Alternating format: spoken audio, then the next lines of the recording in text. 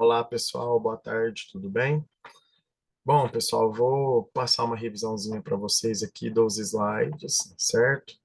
Me desculpem eu estar de óculos e de boné, falei para vocês, né, para alguns que é um problema de vista, eu não posso ficar tão exposto à luz, então vou passar essa revisãozinha rapidinho aqui e, inclusive, vou encurtar aqui a, a miniatura aqui para vocês só irem me ouvindo mesmo, tá? Pessoal, então, nosso conteúdo é a Grécia, né? Pessoal, já deixando claro para vocês que a Grécia, nesse contexto histórico aqui, ela é considerada a era da Grécia Antiga, certo? Então, já que é a Grécia Antiga, nós vamos tratar de antiguidade. Então, um período histórico aqui que traz informações sobre a Grécia Antiga é a Idade Antiga, ou a Antiguidade. Então, aqui tem os mapas, né, tratando dessas questões relacionadas a territórios, né, onde é a localização. Aqui tem umas informações sobre os aspectos geográficos da Grécia Antiga, atualizados, que ela não vive do agro, hoje ela só vive de rede de hotelaria e produção de oliveira, por conta do clima,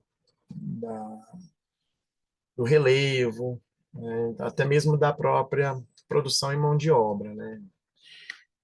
Períodos históricos da Grécia, esse aqui é o período mais importante, né? O período não, a parte mais importante dos slides que eu falei para vocês, né? Estudarem até transferirem para o caderno, são os períodos da história grega. Período pré-homérico, ou período micênico, período homérico, período arcaico, período clássico, período helenístico. Cada uma dessas partes aqui mostra a história da Grécia Antiga, certo? Então é necessário vocês entenderem, dentro de sala de aula eu estava explicando cada um deles. Então vamos começar pelo primeiro período, né? O primeiro período forma as duas grandes civilizações, que é a civilização micênica e cretense. Então ainda não é chamado Grécia, tá? Então Creta era a maior ilha do mar Egeu, existia uma escrita, a produção artesanal e o comércio, agricultura com cereais, vinhas e oliveiras, que é o que prevalece também até hoje, né? E a pecuária, né? Que tem aí os bovinos, os equinos e também, assim, animais provenientes dessa região, né? Que essa região aí, ela é marcada também por uma seca prolongada, né? Em algumas épocas do ano. Então, destaca-se o papel da mulher, né, que tinha sua importância, e a religião politeísta. Em seguida, alguns povos, né, de países da região norte, que são chamados indo-europeias, porque eles vêm lá da região da Europa e descem aí para essa região, são chamados de indo-europeus, migraram essa península balcânica. Os principais povos são os aqueus, os jônios eólios, a princípio, e depois os dórios, que vão ser os futuros espartanos, aqueles que têm ali uma grande destreza no desenvolvimento de guerras, né? São militares ali extremamente violentos, certo? Com o passar dos tempos, os micenas passaram a ter relações com os cretenses, que permitiu a formação de uma civilização chamada Creto-micênica, que exerceu forte controle sobre grande parte da região grega. Então aí acabaram formando, né, algumas unidades, né, arte, a questão econômica, política também, e nós podemos afirmar que a partir desse processo já inicia a Grécia Antiga mesmo, né? Depois já vem a invasão de alguns povos, né? Como eu falei para vocês, aqui tem o slide tratando sobre os jônios, aqueus e os eólios, né?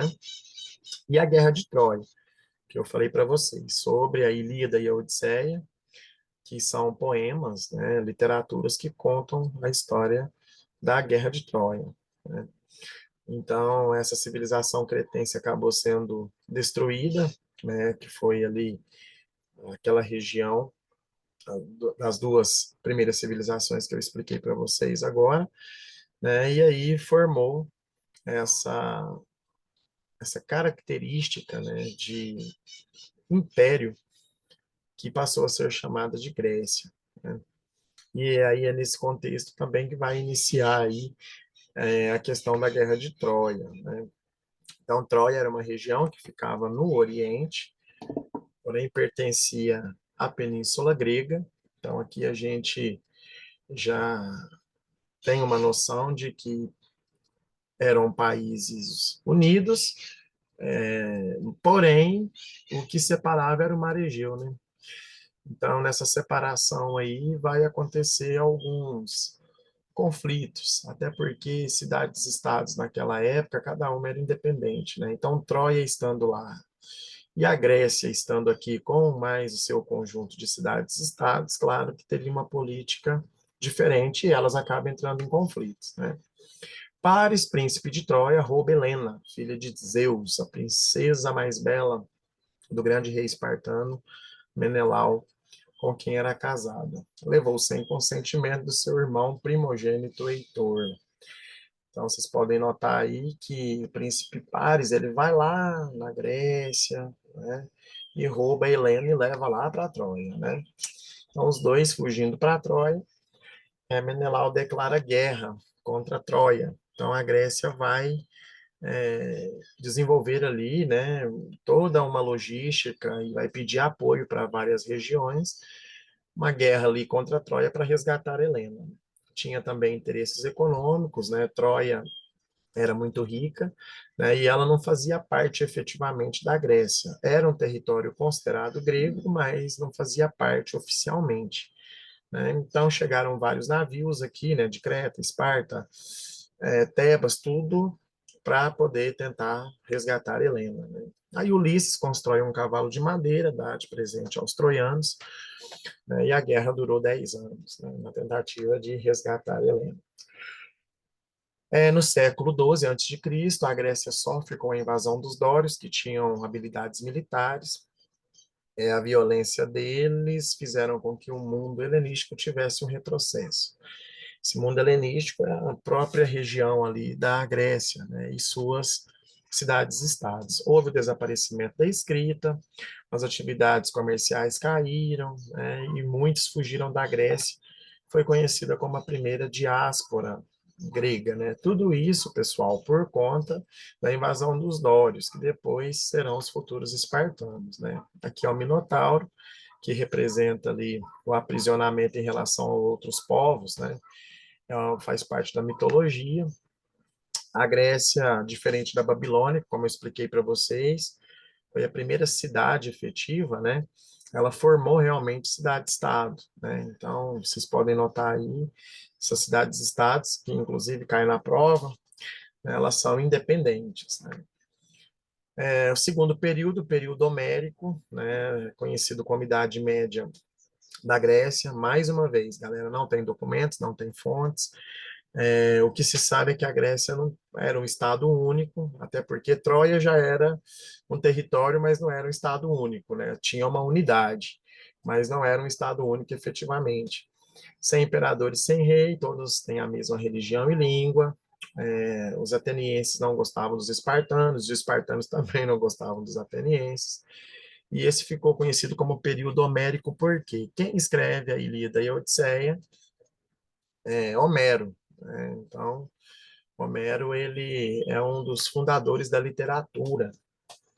Lá conta a história da Guerra de Troia, né? No caso, a Ilíada e a Odisseia conta sobre a construção do cavalo de Troia. Ambas aí obras relacionam com a história da Guerra de Troia, né? Aqui mostra a sociedade, né, para se formar a cidade-estado, né? Então havia aí os paters, chamados pater famílias já, né? E nesse caso aí os chamados paters, que são os primeiros homens, entregavam aí várias documentações e autoridades, né? E essas documentações normalmente eram de palavras mesmo para eupátridas, que eram chefes, né, de tribos e que já pertenciam ali a uma soberania, Lá eles formaram cidades-estados com suas leis próprias, moeda própria, né, o exército próprio, os governantes também. Período arcaico, aí já tem documento, a própria arqueologia hoje, que é o estudo das culturas, né, de uma forma mais materializada, já consegue nos dar algumas informações. Tem a formação das polis.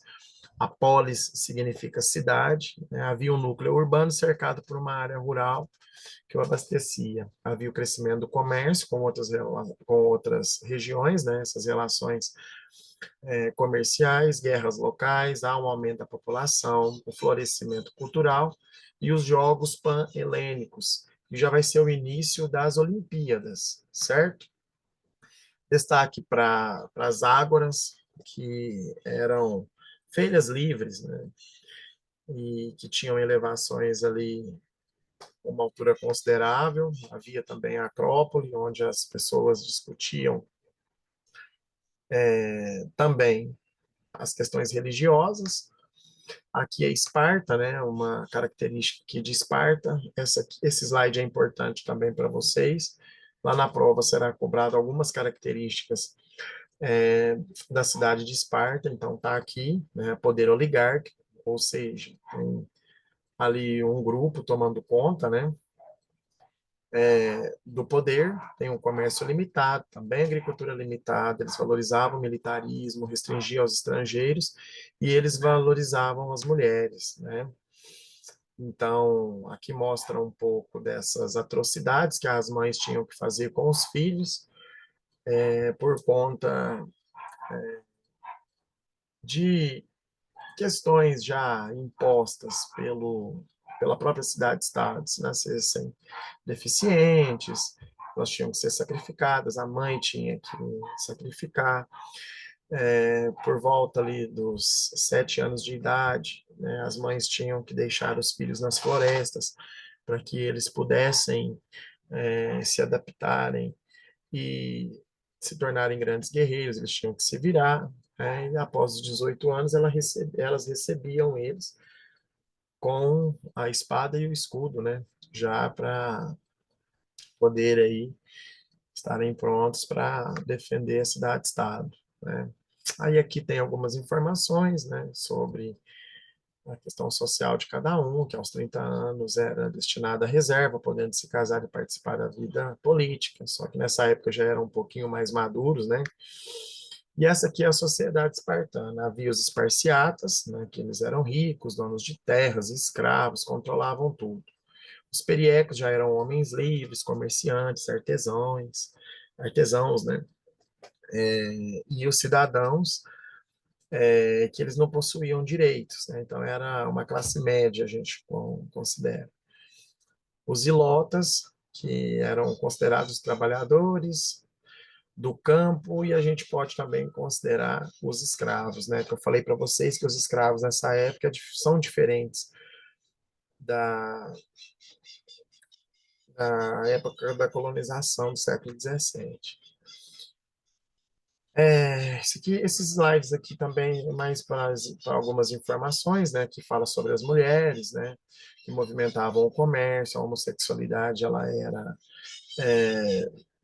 algo considerado normal, né. Aqui, olha, aqui nesse slide, eu até voltei, dá para vocês tirarem mais informações da civilização de Esparta, né, lá, os ilotas foram os aqueus, dominados e escravizados por espartanos, isso aqui também é importante.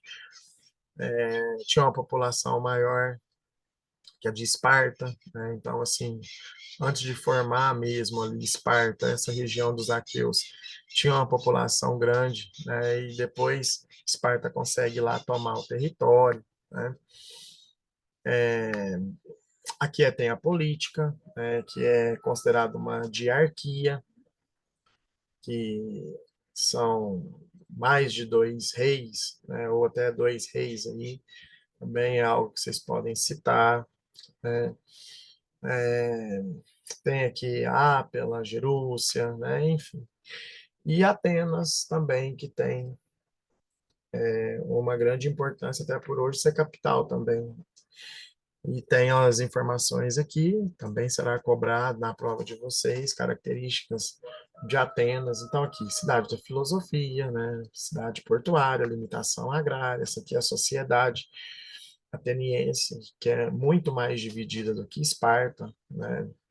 Então, aqui tem os bem-nascidos, a nobreza, eram chamadas de eupátridas, né? Os georges, ou chamados georgóis, que os dois nomes estão aí corretos, tem alguns nomes que tratam as duas pronúncias, né? Pequenos proprietários de terra, os demiurgos comerciantes, os tetas camponeses sem terras, os metecos estrangeiros e os escravos, vocês já sabem quem são, né? Lá eles viviam de uma oligarquia, né? Tem um grupo de pessoas restrito, então nesse caso aqui, diferente de Esparta, eles têm um grupo que toma conta, não é uma diarquia, né? Aqui mais uma vez essa divisão, para vocês irem entendendo. Aqui tem mais informações, né? Inclusive na cidade de Atenas, que forma a democracia, é, que é importante para vocês para a prova. Vamos lá. Aqui mostra os cidadãos, né? Quem eram considerados cidadãos para Atenas, né? Pessoas do sexo masculino, livres, não escravos, de pai e mãe, maiores de 18 anos, nascido na cidade. Então, tinha que ser nascido na cidade de Atenas para que pudessem ser considerados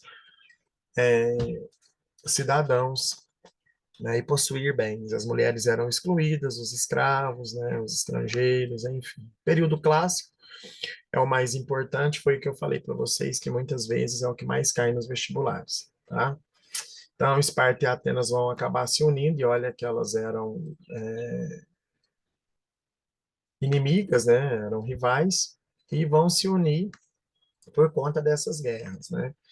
Então, vai ter ali a primeira, guerras médicas entre gregos e persas, vai ter a Guerra do Peloponeso e também a conquista da Macedônia em 338, né? As guerras médicas vêm do termo dos Medas, né? Então, por isso que fala guerras médicas, não tem nada a ver com medicina, tá? Então, foram duas grandes guerras que aconteceram, né? Então, todas elas contra os persas, né? Aqui vocês podem fazer uma leitura para vocês entenderem, né? Então, vocês podem perceber que é toda uma área de conflito aqui, ó, nessa região, e não vou cobrar de vocês essas guerras, né? Mas para a maioria de vocês eu já expliquei, no slide aqui está numa linguagem mais fácil, que é mais para vocês recordarem, né, lá da primeira série do ensino médio, e aqui tem as informações. O período clássico ele tem algumas especificidades, né? Entra aqui o período helenístico. O período helenístico é onde os povos que conquistaram os gregos é, acaba se formando ali uma civilização. Os macedônios eles vão adentrar aí no território, vão tomar a Grécia, conseguiram conquistar ali esses povos, né? Na Batalha de Queroneia. Foi Filipe II quem desenvolveu isso, né? Depois Filipe II aí acaba sendo morto, e aí entra Alexandre o Grande. E aí o Alexandre o Grande ele consegue ali dar sustentabilidade para a conquista da Grécia, e aí anexa ainda mais o Império Macedônio, né?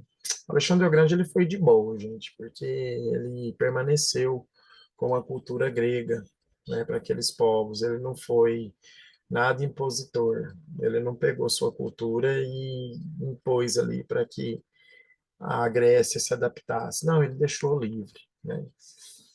Aí teve também uma outra guerra, né, de Alexandre contra Dário III, também a Pérsia, né, o rei da Pérsia. E Alexandre o Grande acabou falecendo e tal. E aí o império já vai começar a ser fragmentado e depois será tomado pelos romanos, certo? É isso praticamente que vocês precisam entender, né? E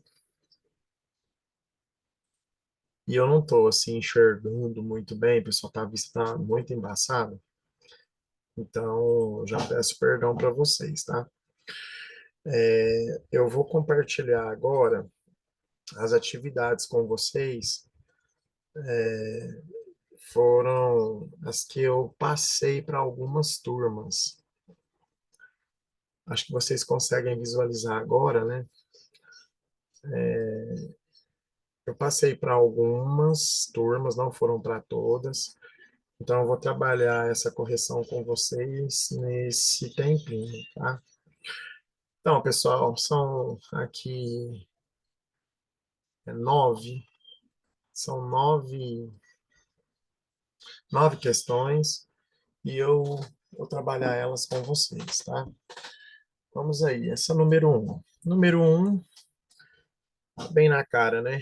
Criada na antiguidade grega, foi reintroduzida na civilização contemporânea com um novo significado imposto pela passagem do tempo, realizada a cada 4 anos, em uma de suas últimas edições, em 2021, teve como sede a capital japonesa, Tóquio. Trata-se da.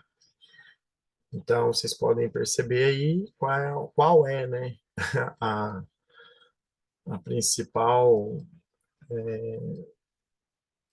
a principal característica de esportes, né, que eles desenvolviam na época, né? Então, a resposta correta aí é a letra E, então vou colocar aqui em vermelho, né, que são as Olimpíadas, que no caso foram realizadas em 2021, excepcionalmente por conta da Covid, né? Então, fica claro para vocês aí na correção. 2. Cronologicamente, os tempos homéricos da história grega situam-se cronologicamente em época anterior à arcaica, sendo a Ilíada e a Odisseia as principais fontes para os seus estudos. Sobre o período e as fontes citadas, é correto afirmar. A Ilíada e a Odisseia são importantes obras da cultura helenística e por meio delas podemos definir com exatidão o tempo histórico do período homérico. Não, porque é um período fantasioso. Lá fala até sobre Helena ser filha de Zeus. Tá? B. A Ilíada e a Odisseia são fontes importantíssimas para estudar as invasões dóricas, por serem extremamente fidedignas aos fatos. Não, elas não estudam as invasões dóricas, elas estudam a Guerra de Troia, né? C. Nas duas obras é possível encontrar fantasia e realidade, que se misturam em Homero de forma encantadora. A letra C está correta. A letra D não está correta porque, ó, os achados arqueológicos em Micenas e Tirinto demonstram que as duas obras são absolutamente fantasiosas e não dão conta de relações com a realidade. Não é verdade, porque conta sim alguns fatos da Guerra de Troia. Então, a Guerra de Troia aconteceu, então aqui não é totalmente fantasiosa. E, durante esse período, os helenos, agrupados em cidades, estados, evoluíram para as comunidades gentílicas. Também não, tá? Porque os gentios já são outros povos, inclusive em outro período histórico. 3. Rei macedônico responsável por conquistar vastos territórios na Grécia, no Egito e na Ásia. Inclusive foi, né, o que conquistou aí a Grécia, né, no período helenístico. A gente trata, né? Então, Alexandre o Grande. Tá? Filipe da Macedônia, ele começa, mas como eu falei para vocês, ele é pai do Alexandre o Grande, e aí ele falece, né? Não consegue. Filipe III não, e Alexandre IV também nunca. Qual dos seguintes períodos não fez parte da história grega? Médio Império, Clássico, Arcaico, Helenístico ou Homérico? Por isso que eu falei para vocês darem uma estudadinha lá, tá? O período do Médio Império, tá? Que não fez parte. Qual dos conflitos tem relação com a história da civilização grega? Qual desses períodos? Períodos não, qual dos conflitos? Pessoal, desculpa, por causa da vista, tá? Então, as guerras púnicas não, romanos, ou romano, Etruscas, não. Essas duas eu nem citei com vocês. Foi a Guerra do Peloponeso, que se relaciona lá com as guerras médicas, tá?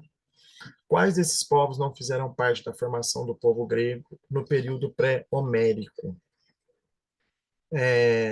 Quais desses povos? Então, os cretenses fizeram parte. Povos do mar, nós não citamos. Então, como aqui está perguntando, os que não fizeram parte foram os povos do mar. Os micênicos fizeram, né, que foi ali a formação, inclusive, da primeira. Os dórios, né, os jônios, né. 7. Com relação à vida social e política na Grécia clássica, assinale a alternativa correta. Essa aqui, pessoal, já é mais complicadinha, até porque é de federal, né? Mas vamos lá, ó.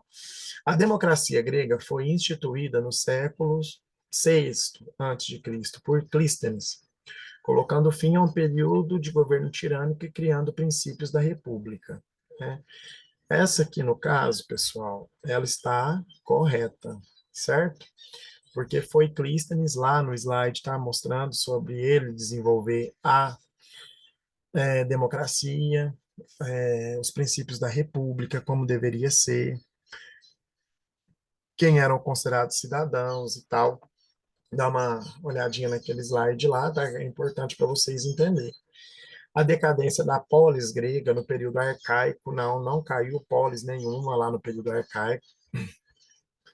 Desenvolvimento da filosofia o desenvolvimento de uma filosofia fundada na razão ocorreu com o fim do período micênico na Grécia, que implicou a passagem do politeísmo para o monoteísmo, nada a ver, né? Até porque a filosofia ela desconstrói os mitos, mas não influencia em nada no monoteísmo, né? Até porque a filosofia ela tenta ir contra essa questão mítica, e o monoteísmo permanece sendo mítico, né?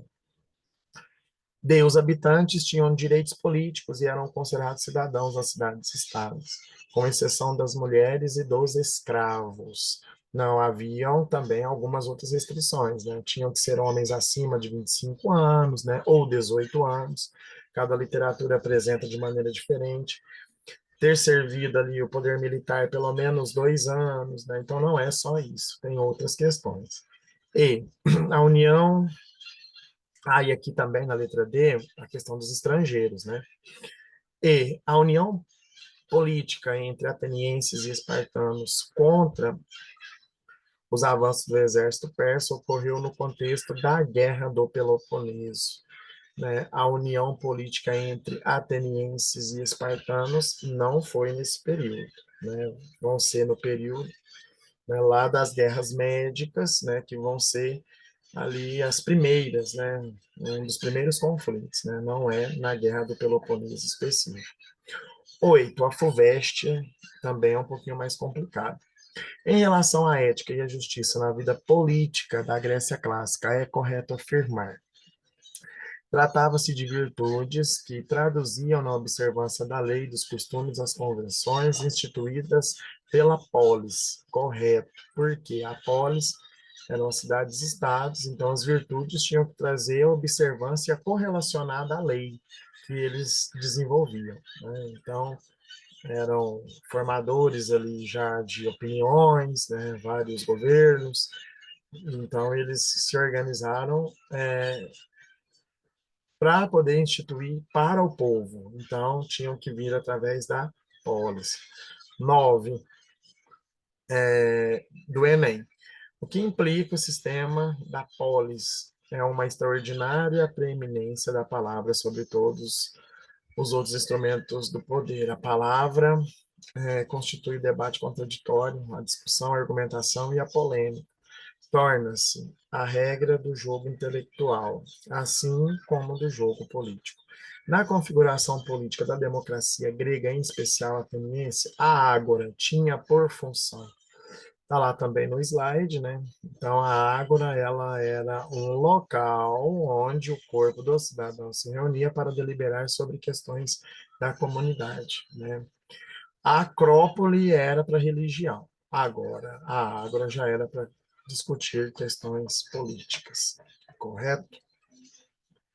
Então, pessoal, era isso que eu tinha para passar para vocês, tá? Qualquer dúvida, vocês podem estar me procurando. E estudem direitinho, tá? Qualquer dúvida, eu estou aqui à disposição, tá bom? Fiquem com Deus, um abraço.